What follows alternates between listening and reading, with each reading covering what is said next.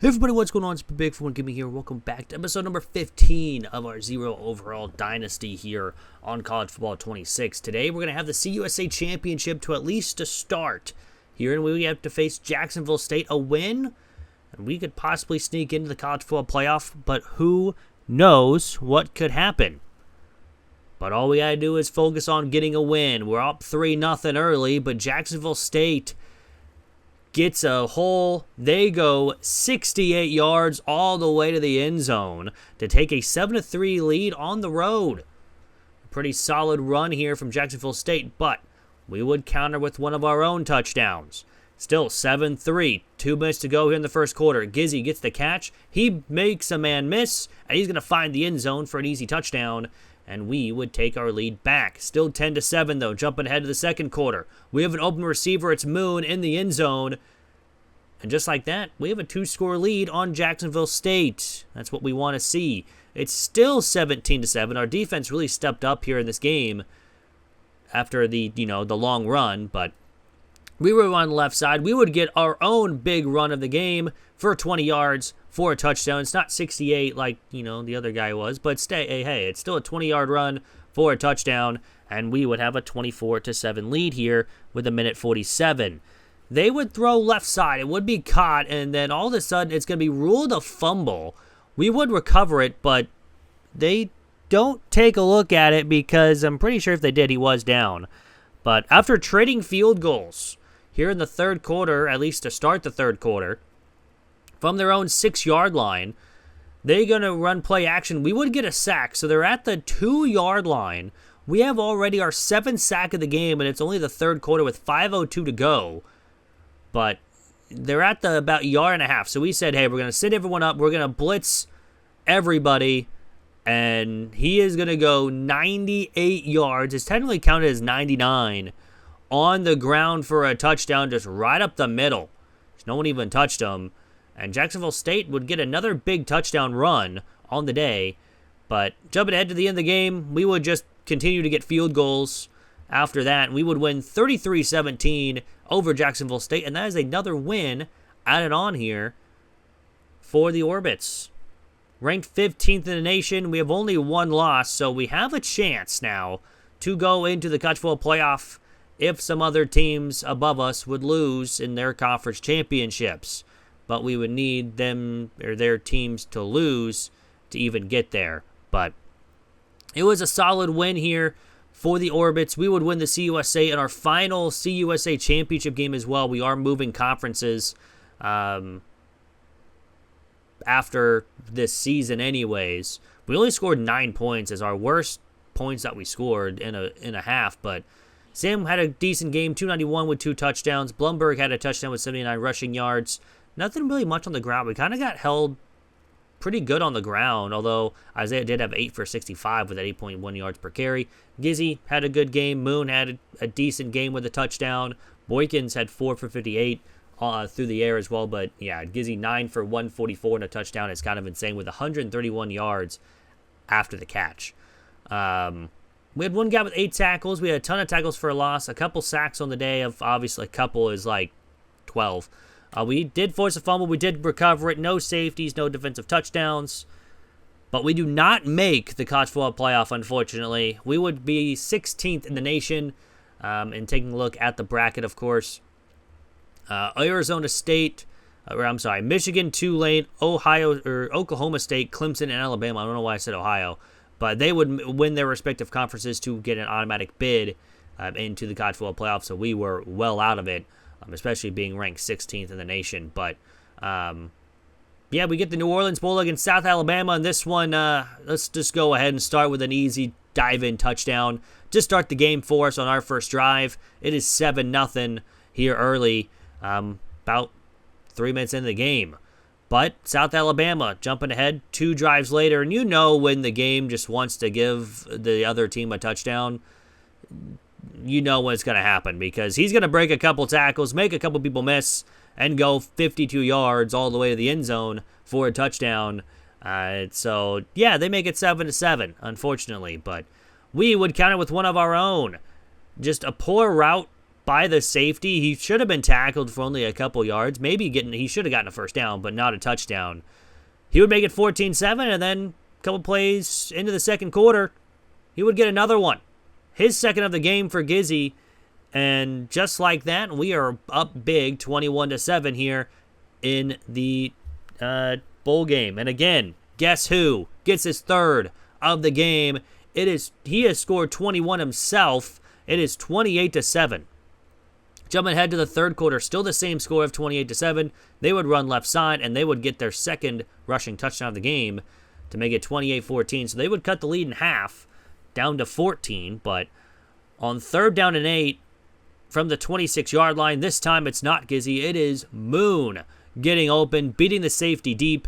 He will go 75 yards all the way to the end zone for a touchdown. He has over 90 yards on the game already. And still 35-14. This one was pretty much a blowout. We would find Jones on the RPO, uncovered, 42-14. And yeah, this was a pretty dominant game. Still 42-14. And we would find him again. How about touchdown number 4 on the night for him? Sam had a solid game so far, and we're just now entering the fourth quarter, up 49-14. Westbrooks would get beat. He gets called for the DPI and then the touchdown. So not a great little play there, but at this point, the game is pretty much over. It's 49-21 now after that touchdown. Sam would even run it in himself to make it 56-21. And yeah, this was as I said, a dominant game overall. We would end up winning this game 56-21. I don't know why, but they did not snap the ball here to end the game with like 3 seconds to go. But even with 8, they were at the ball. But they don't snap it. We would win and have another win added on to our record for this season. A easy season for us, winning a bunch of games. We go 13-1 on the season in our final season in the CUSA. They had 3 quarterbacks throw a pass in this one. All pretty good ratings as well, although he only threw for 200 yards. But 300 yards from Sam, 22 for 27. Rochelle, 17 for 74. Blumberg had 8 for 77 before he got hurt. Isaiah had 4 for 42, 742 for Sam. Gizzy had 10 catches for 135. Moon, 7 for 103 with a touchdown. Gizzy had 4. Jones had 1. Yeah, this was a pretty dominant game for us. A bunch of tackles for a loss, a handful of sacks. We did not get an interception nor a forced fumble or anything like that. We did have 6 pass deflections, but other than that, we're going to go ahead and get back into the live part of this, where we'll go through our off-season, the stats, of course, for this season as well, and we'll get into the start of next season. So I'll see you guys in just a second. All right, and picking up right where we left off. So 13-1 on the season here with the Orbits. Just won our bowl game. So we'll go over the stats on the season just because we won't be getting anything else the rest of the year. Sam had a solid season, 3,500 yards, 37 touchdowns, 8 interceptions. Bobby Crump came in for a couple games, 5 to be exact, 4 touchdowns, 5 interceptions. Kiki also played 1 game, 146 yards, nothing else. Rushing-wise, Rochelle had over 1,000 yards with 11 touchdowns. Blumberg, 739 with 7. Madden with 488 and 4. Isaiah with 369 and 6 touchdowns. Sam also had 6 touchdowns as well. Hyman and Moon both had over 1,000 yards. Hyman did get injured late in the season, but Moon had a solid season with over 1,000 yards with 11 touchdowns. Gizzy, 556 and 7. He really went off late in the year. Boykins, 540 with 3. Kramer, 439 and 7. Defensive-wise, Griffin, another team with 99 tackles. Jacob had 26 tackles for a loss. Kruger had the most sacks with 60 and a half. Jacob and Westbrooks had 2 picks to lead the team. We did have 1 defensive touchdown. That was it. We had 16 deflections with Westbrooks to also lead the team. We also forced a good amount of fumbles and recovered only 3 of them. No block kicks, but we did get a safety on the season, and is about it. Kicking-wise, we did miss 2 from 20. That's about it. We also missed 2 extra points. That is also about it as well. We punted 12 times for 433 yards, one inside the 20. Only 12 punts.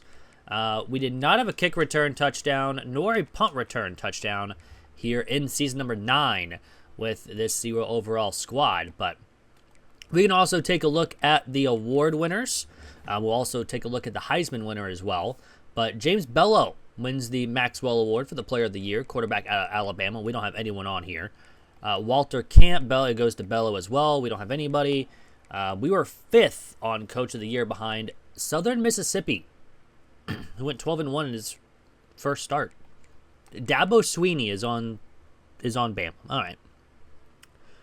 Bello, of course, gets quarterback of the year as well. No Orbits on here. Bednarik, none. Nagurski, none. We do have Westbrooks at number 6 for defensive back of the year. No running back. No wide receiver. No D-line. Do we have anybody? I know we don't have a senior quarterback anyways. Defensive end, no. O-line, no. We don't even have tight end of the year. That's wild.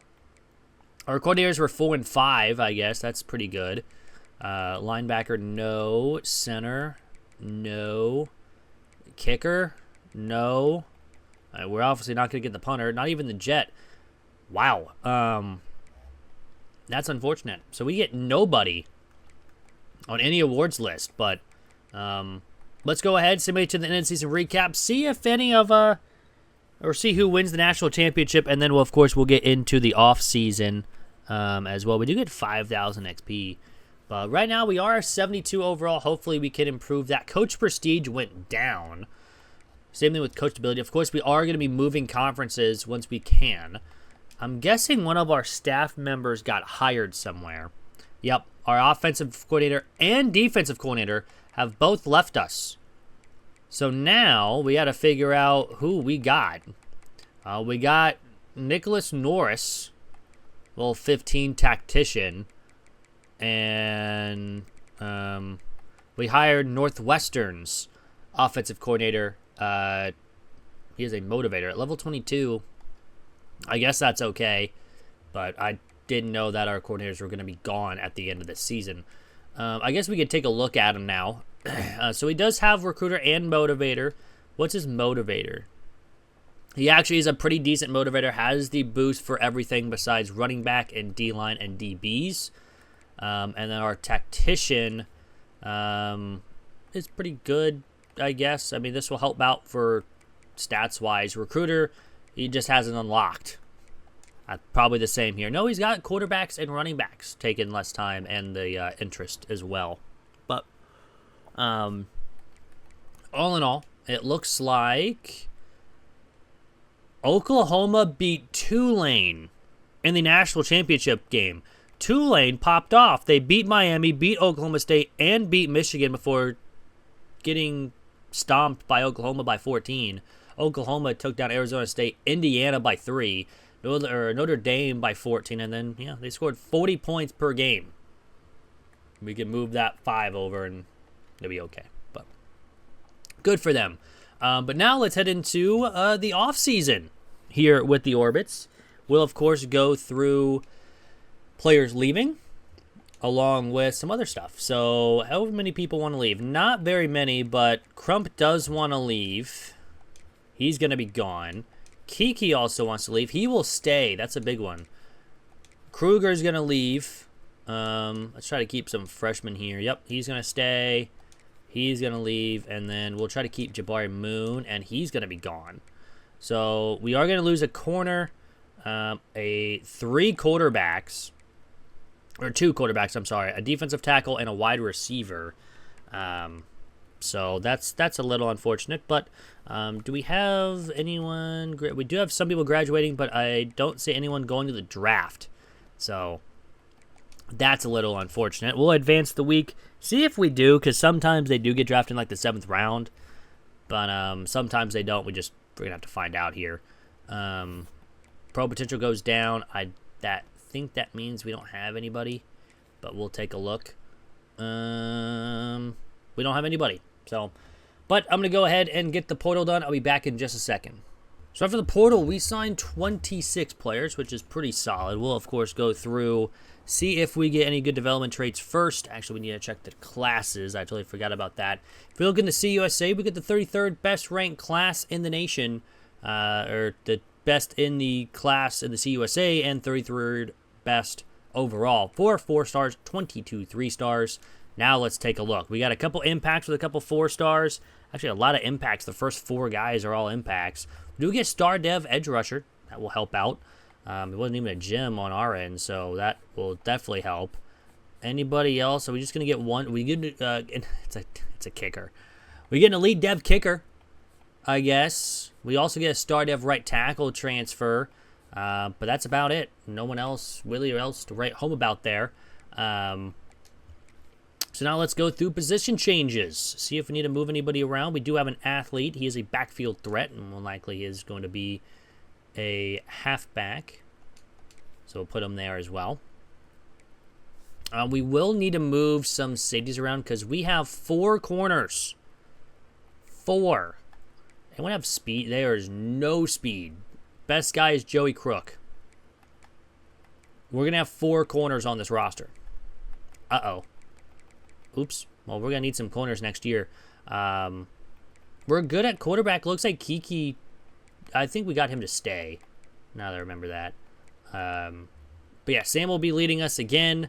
Halfbacks.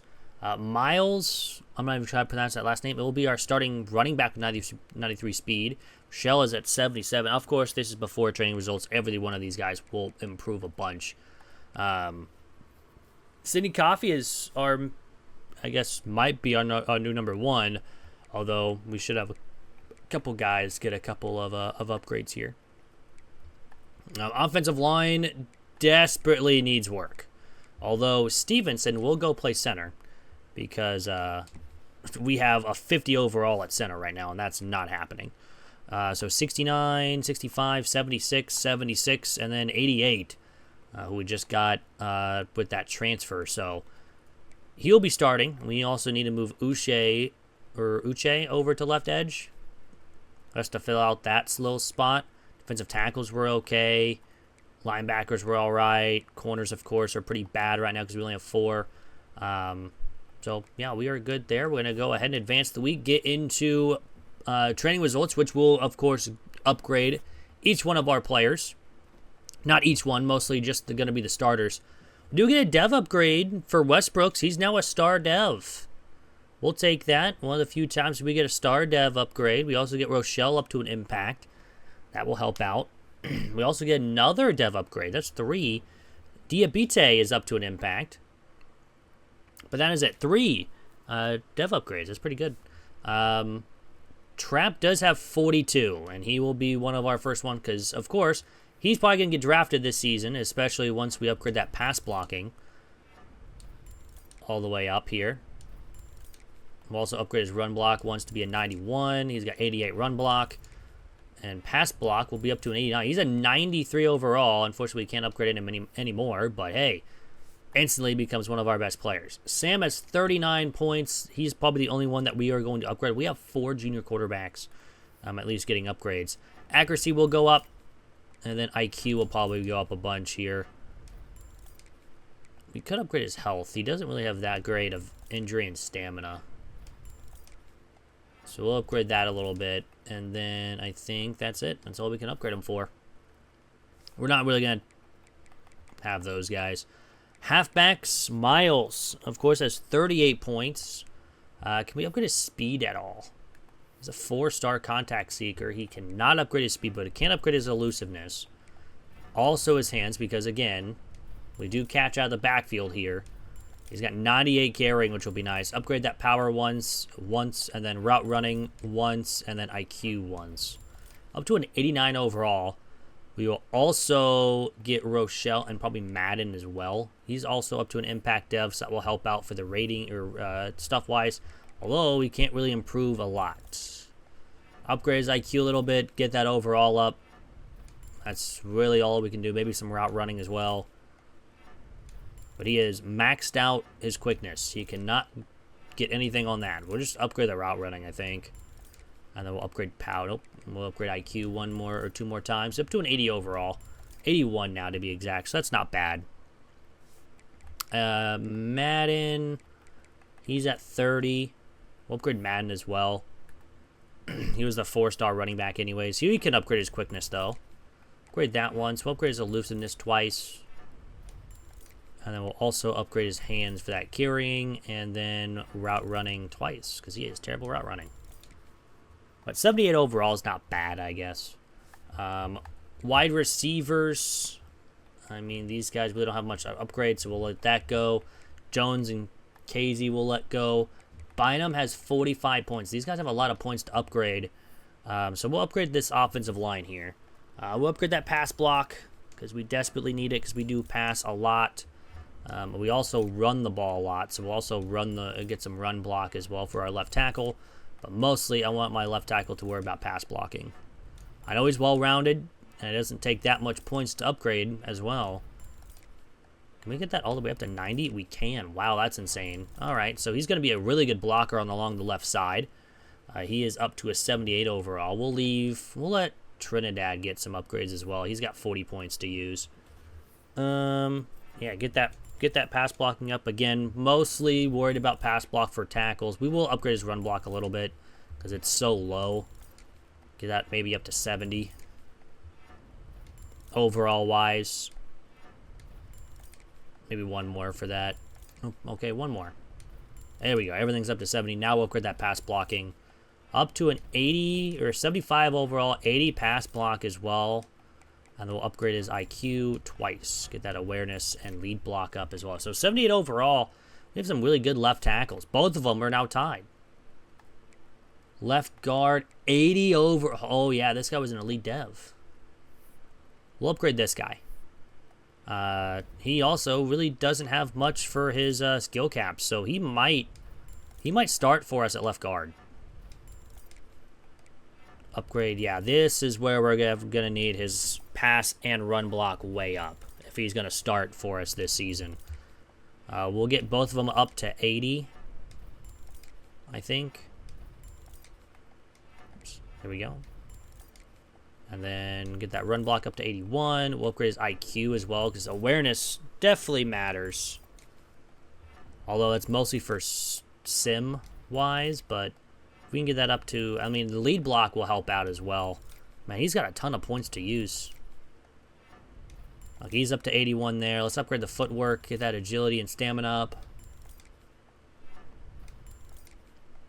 I think we can probably get it to 80. We can barely get it to 80. That takes 12. And then I think we can upgrade his pass block one more time. Look at that, 79 overall. Jumped way up in overall. He was like a 60. This guy can just upgrade normally. Center, Woodhead does have 48, and he is a 58 overall. He can improve a ton. IQ is... He has terrible run blocking. And he has terrible pass blocking. All right, so this guy is going to be upgraded a bunch. Probably up to maybe 80 overall for both. For run and pass. And we'll probably upgrade his IQ as well, maybe up into the 80s if we can. Probably not, though. That's probably, it's probably going to be up to 70, probably. Because I think this one will take 4. He's got 7 points. It is 2. Now it goes up to 3. And then, can he upgrade anything else? Nope, he can upgrade his footwork. So 72 overall now for Woodhead. That's the mainly guy that we're going to focus on. These guys can just upgrade normally. Upgrade normally. 43 for Swan. And 40 for Pool. I think we're just going to upgrade Swan. This is pro potential, but that will move up. Again, tackles, mostly worried about pass blocking. If we can get upgrade their pass blocking a lot, have them really good pass blockers, we'll be set in stone. We'll upgrade that to 89, and then we'll use the rest on run. Because we do run the ball, but we mostly run in between the A-gap. We don't really run to the tackles. Sometimes we will, but most of the time we don't. He's up to an 80 overall, which is not bad, so. Edge rushers. Mostly can just stay the same. They can just normally upgrade. I think we will upgrade Larry here. He's got a bunch of points to use. 52 to be exact. Mostly has all of his skill caps met, besides IQ and finesse and power moves. Hopefully we get him up to an 80 overall at least. Surprised upgrading these is not getting it done. This is weird. Alright, we'll upgrade his IQ twice. And IQ gets him to level up to a level 80, so whatever. But these guys can just upgrade normally. Diabite will upgrade. I just try to mostly do the starters. I'm not going to sit here and upgrade every person. That's not very fun for me, at least. And probably not fun for you guys just watching me just sit here, hold A on a certain bucket to upgrade. He's got 9 on awareness now, at least. And he'll upgrade his run stopping. So he's up to an 82 in his senior season, which is not terrible. But anyone else with big jump here? No, not really. Corners is a yes because Westbrook's is 48. I really need you to do well. He was only a 2-star corner, and he's gonna be up to an 80 overall. Upgrade that man coverage.